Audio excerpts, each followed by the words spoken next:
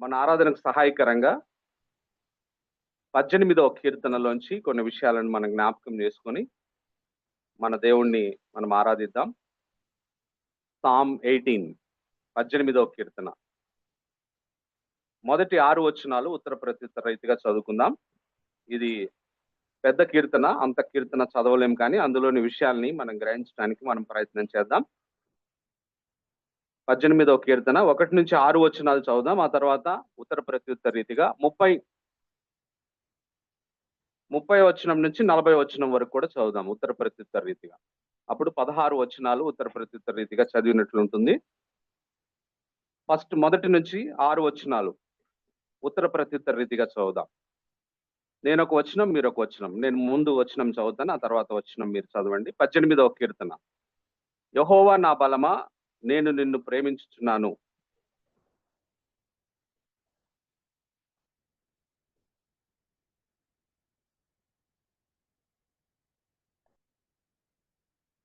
కీర్తనీయుడైన యెహోవాకు నేను మొరపెట్టగా ఆయన నా శత్రువుల చేతిలో నుండి నన్ను రక్షించును.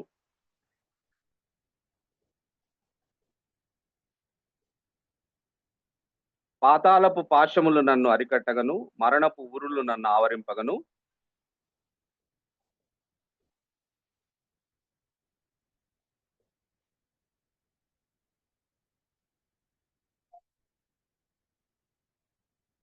ముప్పై నుంచి 40 వచనాల వరకు ఉన్న వాక్య భాగంలోని కొన్ని మాటలు చదువుదాం. నేను 30 వచనం చదువుతాను, ఆ తర్వాత వచనం అలా చదువుదాం 40 వరకు. దేవుడు యథార్థవంతుడు, యెహోవా వాక్కు నిర్మలము, తన శరణు జొచ్చిన వారికి అందరికీ ఆయన కేడము. నాకు బలము ధరింపజేయవాడు ఆయనే, నన్ను యథార్థ మార్గమున నడిపించువాడు ఆయనే.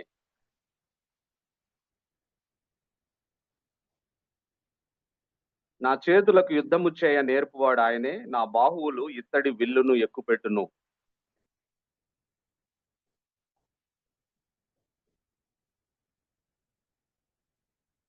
నా పాదములకు చోటు విశాల పరిచితివి, నా చీల మండలు బెనకలేదు.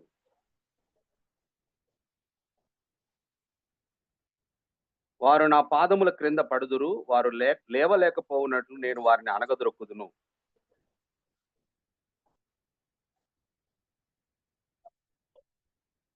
నలభై వచనం నేను చదువుతున్నాను. నా శత్రువులను వెనుకకు నీవు మల్లజేసితివి, నన్ను ద్వేషించు వారిని నేను నిర్మూలం చేసితిని. ఈ కీర్తన కీర్తన గ్రంథంలో 2వ స్తుతి కృతజ్ఞత కీర్తనగా మనం చూడవచ్చు.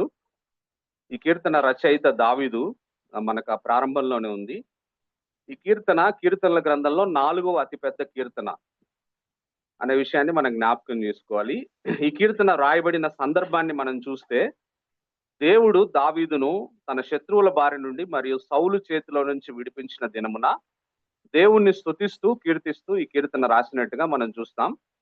ఇదే కీర్తన చిన్న చిన్న మార్పులతో తిరిగి 2వ సమూయేలు గ్రంథం 22లో చూస్తాం ఇదే కీర్తన. అంటే దావీదు సుమారు ఈ కీర్తన రాసిన నేపథ్యాన్ని మనం గమనిస్తే, దావీదు సుమారు 15 సంవత్సరాల వయసులో సమూయేలు ప్రవక్త ద్వారా రాజుగా, ఇశ్రాయేలు 2వ రాజుగా అభిషేకించబడ్డాడు. వాస్తవంగా ఆయన రాజుగా ఇశ్రాయేలు సింహాసనంపై కూర్చున్నది 30 సంవత్సరాల వయసులో. అభిషేకించబడింది 15 సంవత్సరాల వయసులో. ఆయన రాజుగా కూర్చున్నది 30 సంవత్సరాల వయసులో. అనగా సుమారు 15 సంవత్సరాలు సౌలు చేతిలో నుండి తప్పించుకొని తిరిగాడు. సౌలు చంపాలని చూస్తుంటే దావీదు తప్పించుకొని తిరిగాడు. ఈ 15 సంవత్సరాల కాలం దావీదు జీవితంలో ఖచ్చితంగా శ్రమ కాలం, ఇబ్బందికర కాలం, కష్టకాలం, కఠిన కాలం అని చెప్పవచ్చు. ఇంత కష్టకాలంలో, ఛాలెంజింగ్ టైంలో తన సొంత ప్రయత్నాలతో అన్గాడ్లీ వేగా సింహాసనం ఎక్కాలని ఎప్పుడూ దావీదు ప్రయత్నం చేయలేదు, ప్రాకులాడలేదు, పాలిటిక్స్ అంతకంటే చేయలేదు. ఓపిగ్గా దేవుని కొరకు కనిపెట్టాడు. అప్పుడు దేవుడు తన శత్రువులందరి చేతిలో నుండి, ముఖ్యంగా సౌలు చేతిలో నుండి విడిపించి తనను ఇశ్రాయేలు రాజుగా సింహాసనంపై కూర్చుండబెట్టాడు దేవుడు. ఆ సందర్భంలో ఈ 15 సంవత్సరాలు వెనక్కి తిరిగి చూసి, తనకు బలమైన, తనను గొప్ప చేసిన, తన గొప్ప విజయాన్ని ఇచ్చిన దేవుడిని జ్ఞాపకం చేసుకుని ఆయన స్తుతిస్తూ ఈ కీర్తన దావీదు రాశాడనే విషయాన్ని నేను మీకు జ్ఞాపకం చేస్తాను. ఆ తర్వాత దావీదు 30 సంవత్సరాల వయసులో రాజయ్యాడు. 40 సంవత్సరాలు ఇశ్రాయేల్ దేశాన్ని పరిపాలించాడు. 70 సంవత్సరాల వయసులో చనిపోయాడు దావీదు. అంటే ఆ 40 సంవత్సరాల రాజుగా గడిపిన కాలం తర్వాత ఆ కాలంలో కూడా అనేక యుద్ధాలు చేశాడు దావీదు. అనేక మంది శత్రువులు ఏర్పడ్డారు ఆ దావీదుకి. గొప్ప రాజుగా పేరు ప్రతిష్టలు సంపాదించాడు. అంటే మొట్టమొదట కీర్తన రాసిందేమో 15 సంవత్సరాల శ్రమకాలం తర్వాత రాసిండు. ఆ తర్వాత రెండవ సమూయేలు గ్రంథం 22లో ప్రస్తావించడానికి కారణం ఏమిటనంటే, తన జీవిత చరమాంకంలో ఇక చనిపోతాడనంగా కూడా 40 సంవత్సరాల తన పరిపాలన వెనక్కి తిరిగి చూసుకొని, అప్పుడు ఎంతమంది మీద దేవుడు యుద్ధంలో జయం ఇచ్చాడో ఆ విషయాన్ని జ్ఞాపకం చేసుకొని, తిరిగి రీఇటరేట్ చేశాడు దాన్ని. అదే కీర్తనని జ్ఞాపకం చేసుకొని, ఈ 40 సంవత్సరాల కాలంలో కూడా దేవుడు నాకు సహాయం చేశాడని మరి దేవుణ్ణి స్తుతిస్తూ, అప్పుడు మరి ఆయన చెప్పి ఉంటాడు. ఆ సందర్భాన్ని రెండవ సమూయేలు గ్రంథం 22లో మనం చూస్తామనే విషయాన్ని నేను మీకు జ్ఞాపకం చేస్తున్నాను. ఇది ఈ కీర్తన నేపథ్యం.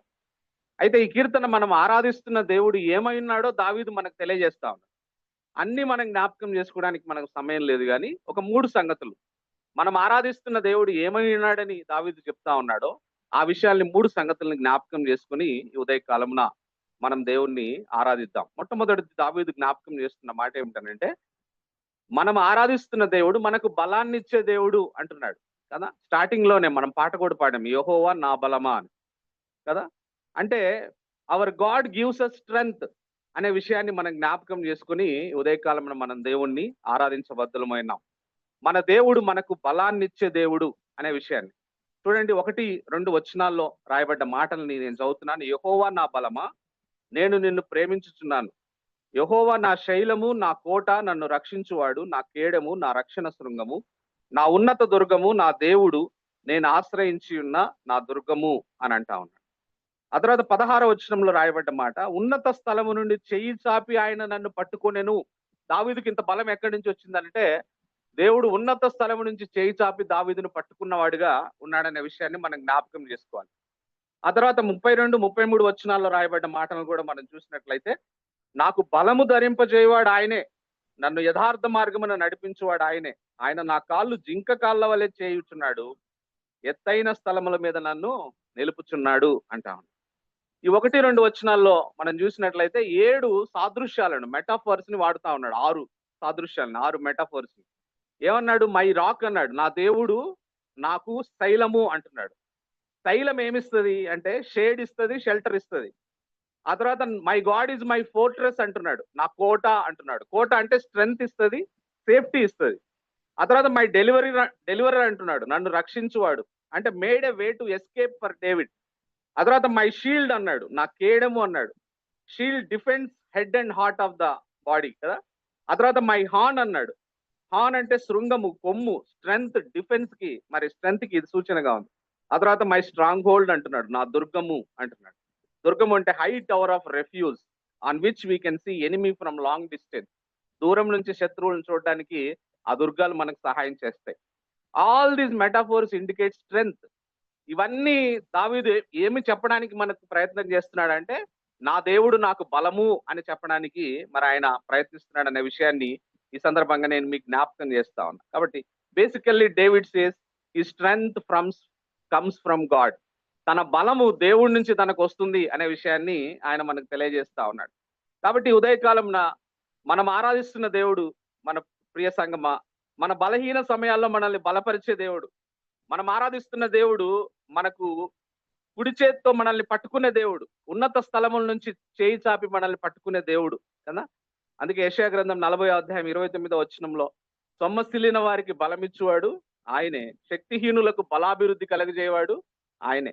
ఆ తర్వాత 31వ వచనంలో మనం చూసినట్లయితే, యెహోవా కొరకు ఎదురు చూచువారు నూతన బలము పొందుతారు, వారు పక్షిరాజు వలె రెక్కలు చాపి పైకి ఎగురుతారు, అలయక పరిగెత్తారు, సొమ్మసిల్లుగా నడిచిపోతారని మరి అక్కడ రాయబడిందనే విషయాన్ని సందర్భంగా నేను మీకు జ్ఞాపకం చేస్తున్నాను. కృంగిపోయిన ఏలియాను బలపరిచింది ఈయనే, పడిపోయిన పేతురును తిరిగి నిలవబెట్టి బహుబలంగా వాడుకుంది ఈయనే, శరీరంతో ముళ్ళుతో బలహీనమైన పౌల్ని తన కృపను అనుగ్రహించి బలపరిచిన వాడు ఈయనే. ప్రియ దేవుని సంగమా, ఈరోజు మీరు ఏ బలహీన స్థితిలో ఉన్నారో నాకు తెలియదు. మనము ఆయన వైపు చూస్తే, ఆయన మీద విశ్వాసం ఉంచితే, ఆయన ఉన్నత స్థలము నుండి చేయి చాపి మనల్ని పట్టుకొని మనల్ని బలపరిచే గొప్ప దేవుణ్ణి మనం కలిగి ఉన్నాం. కాబట్టి ఈ విషయాన్ని బట్టి ఈ ఉదయకాలంలో మనం మన దేవుణ్ణి ఆరాధించబద్దులమైన, మనకు బలం అనుగ్రహించే దేవుణ్ణి మనం కలిగి ఉన్నాం. రెండో విషయాన్ని దావీదు మనకు చెప్తున్న రెండో విషయం మనం చూసినట్లయితే, కీర్తన 18:35 వచనంలో రాయబడ్డ మాట, 35 వచనంలో చివరిలో రాయబడ్డ మాట, నీ సాత్వికము నన్ను గొప్ప చేసెను అని అంటా ఉన్నాడు దావీదు కదా. Your gentleness made me great. గొప్ప చేసే దేవుణ్ణి మనం ఆరాధిస్తున్నాం. మనలను గొప్ప చేసే దేవుణ్ణి మనం ఆరాధిస్తున్నాం. తన సాత్వికము ద్వారా మనల్ని గొప్ప చేసే దేవుణ్ణి మనం ఆరాధిస్తున్నాం అనే విషయాన్ని నేను మీకు జ్ఞాపకం చేస్తాను. ఆయన సాత్వికము చూపుడు ద్వారా దేవుడు దావీదును గొప్ప చేశాడు. తన సొంత కుటుంబ సభ్యులు దావీదును తిరస్కరిస్తే దేవుడు తన సాత్వికము ద్వారా దావీదును ఎన్నుకొని దావీదును గొప్ప చేశాడు. ఫిలిస్తీన్లతో చేరి దేవుని ప్రజల మీదకి యుద్ధానికి వెళ్తున్నప్పుడు దావీదును తన సాత్వికం ద్వారా ఆపి దావీదును గొప్ప చేశాడు. మూర్ఖుడైన నాబాలును చంపబోయినప్పుడు అబిగేయులను దావీదు వద్దకు పంపి తన సాత్వికం ద్వారా దేవుడు దావీదును గొప్ప చేశాడు. సౌలు వద్ద నుండి పారిపోతున్నప్పుడు యాజకులు తప్ప ఎవరూ తినకూడని సముఖపు రొట్టెలు తిన్నప్పుడు దేవుడు మరి దావీదు పట్ల సాత్వికం చూపి దావీదును గొప్ప చేశాడు. అన్యరాజు వద్ద వెర్రివాలి వల్ల యాక్ట్ చేసినప్పుడు దేవుడు తన సాత్వికం చూసి దావీదును గొప్ప చేశాడు. సిక్లగు వృత్తాంతంలో సమస్తము కోల్పోయినప్పుడు దేవుడు తన సాత్వికం చూపి దావీదు సమస్తము తిరిగి పొందుకునేలా చేశాడనే విషయాన్ని నేను మీకు జ్ఞాపకం చేస్తా ఉన్నా. ఈ దేవుడు ఎంత గొప్ప దేవుడు అంటే, దావీదును తన సాత్వికం ద్వారా గొప్ప చేసిన దేవుడు మనల్ని కూడా గొప్ప చేసే దేవుడు అంటున్నాడు అనే విషయాన్ని నేను మీకు జ్ఞాపకం చేస్తాను. మనల్ని ఎలా గొప్ప చేస్తున్నాడు ఈయన అనే విషయాన్ని మనం జ్ఞాపకం చేసుకుంటే, ఈ లోకంలో గొప్పవారిగా చెప్పబడేవారు బై బర్త్, కొంతమంది గొప్పవారిగా పుడతారు బై బర్త్ కదా. అంటే ఈ లోకంలో రాయల్ బ్రిటిష్ ఫ్యామిలీలో పుట్టిన వాళ్ళని గొప్పవాళ్ళుగా పరిగణిస్తారు. By birth they are consider as a great people, గొప్పవారిగా పరిగణిస్తారు. అయితే ఈ లోకంలో మనం క్రీస్తులో నూతనంగా జన్మించడం ద్వారా రాజులైన యాజక సమూహంగా చేసి మనల్ని గొప్ప చేశాడు మన దేవుడు. ఈ లోకంలో కొంతమంది ఎన్నిక చేయబడ్డం ద్వారా, పదవుల ద్వారా గొప్ప వాళ్ళుగా చేయబడతారు. ప్రెసిడెంటో ప్రైమ్ మినిస్టరో కదా, పదవుల ద్వారా ఎన్నిక చేయబడి గొప్పవారిగా చేస్తారు. అయితే దేవుడు మనల్ని ఎలా గొప్ప చేశాడంటే, ఇన్ని కోట్ల మంది భారతదేశంలో, ఇన్ని కోట్ల మంది ఉంటే భారతదేశంలో వాళ్ళలోంచి మనల్ని ఎన్నుకొని ఆయన బిడ్డలుగా మనల్ని గొప్ప చేసిన దేవుణ్ణి మనం కలిగి ఉన్నామనే విషయాన్ని నేను మీకు జ్ఞాపకం చేస్తున్నా. ఈ లోకంలో కొందరు తమకున్న ధనము చేత గొప్పవారిగా పిలువబడతారు. అయితే దేవుడు మనల్ని ఎన్నుకొని స్పిరిచువల్ రిచెస్ నిచ్చి, అన్ఫేడింగ్ స్పిరిచువల్ రిచెస్, ఆ వాడబారని గొప్ప స్వాస్థ్యాన్ని ఇచ్చి ఆయన మనల్ని గొప్ప చేశాడు కదా. ఆయన ఆత్మీయ ధన సమృద్ధి చేత గొప్ప చేశాడు. ఇది జాయ్, పీస్, హోప్ ఇవన్నీ ఆ ధనం కలిగిన వాళ్ళకు ఉండవు, కానీ ఈ సంతోషము, సమాధానము, నిరీక్షణ వీటిని అనుగ్రహించడం ద్వారా దేవుడు స్పిరిచువల్ రిచెస్ ని అనుగ్రహించి మనల్ని గొప్ప చేసినట్టుగా నేను మీకు జ్ఞాపకం చేస్తున్నా. ఈ లోకంలో కొందరు ఇన్ఫ్లుయెన్స్ చేసే పరిస్థితిలో ఉండి గొప్పవారిగా, కింగ్ మేకర్స్ గా పిలువబడతారు, ఇన్ఫ్లుయెన్సర్ వాళ్ళు. అయితే మనకు దేవుడు ప్రార్థన అనే ఆయుధాన్ని ఇచ్చాడు. ఈ ప్రార్థన ద్వారా మనం ఎవరిని కదపగలమంటే, ఎవరి చేతిని కలపగలమంటే, ఆయన పౌరుషము గల ప్రభువు కోపింపగా పర్వతముల పునాదులు వణికే దేవుడిని కదిలించే ఆ ప్రార్థన మనకు అనుగ్రహించి మనల్ని గొప్పవారిగా చేశాడు. అటువంటి ఇన్ఫ్లుయెన్సర్ గా దేవుడు మనల్ని చేశాడనే విషయాన్ని నేను మీకు జ్ఞాపకం చేస్తున్నా. ఈ లోకంలో కొందరు తాము అనుకున్న, నిర్దేశించుకున్న లక్ష్యాలను, గోల్స్ ని, డెస్టినీని చేరుకొని గొప్పవారిగా చేయబడతారు. ఈ లోకంలో కొంతమంది తాము అనుకున్న డెస్టినీని చేరుకొని.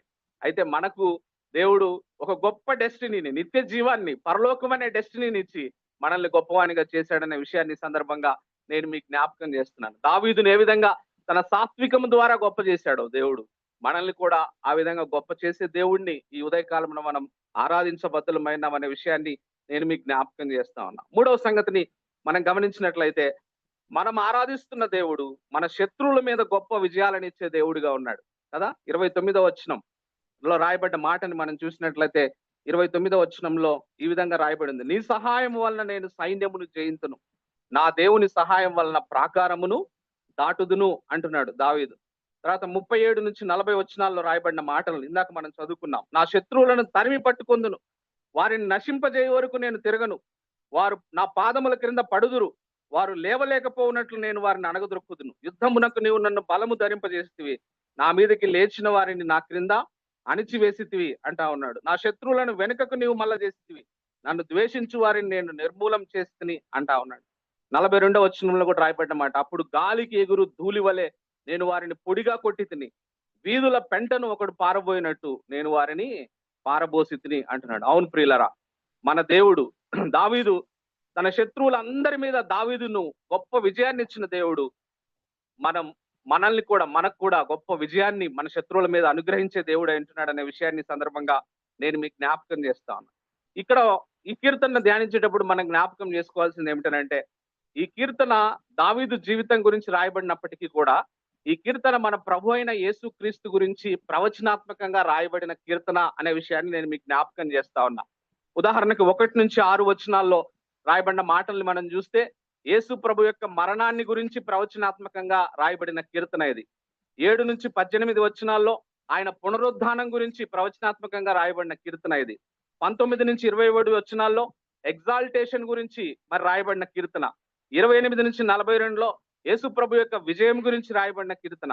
43-50 వచనాల్లో ఆయన రాబోయే రాజ్యం గురించిన ప్రవచనాత్మకమైన కీర్తన అనే విషయాన్ని నేను మీకు జ్ఞాపకం చేస్తా ఉన్నా. ప్రియ దేవుని బిడ్డలారా, మన ఈ ప్రియ యేసు ప్రభు వారు దావీదు ఏ విధంగా విజయాన్ని సాధించాడో శత్రువుల మీద, మన ప్రియమైన యేసు ప్రభు వారు కలువరి సిలువలో ఆయన మరణం మీద జయం సాధించాడు. వచనంలోనే ఏమంటున్నాడంటే, ఐ లవ్ యు లార్డ్ అంటా ఉన్నాడు కదా.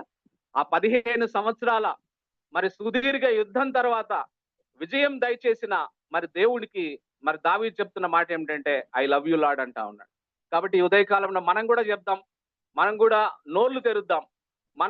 మనకు బలమును అనుగ్రహిస్తున్న దేవుణ్ణి, మనల్ని గొప్ప చేస్తున్న దేవుణ్ణి, ఆయన సిలువలో యేసు ప్రభు పొందిన గొప్ప విజయంలో మనల్ని కూడా భాగస్వాములు చేసిన ఈ గొప్ప దేవుణ్ణి let us all say I love you lord. మనం కూడా దేవా నేను నిన్ను ప్రేమిస్తున్నాను, యెహోవా నా బలమా నేను నిన్ను ప్రేమిస్తున్నానని చెప్పినట్టుగా మనం ఆయనకు చెప్పి మనల్ని హృదయపూర్వకంగా ఆయన ఆరాధిద్దాం.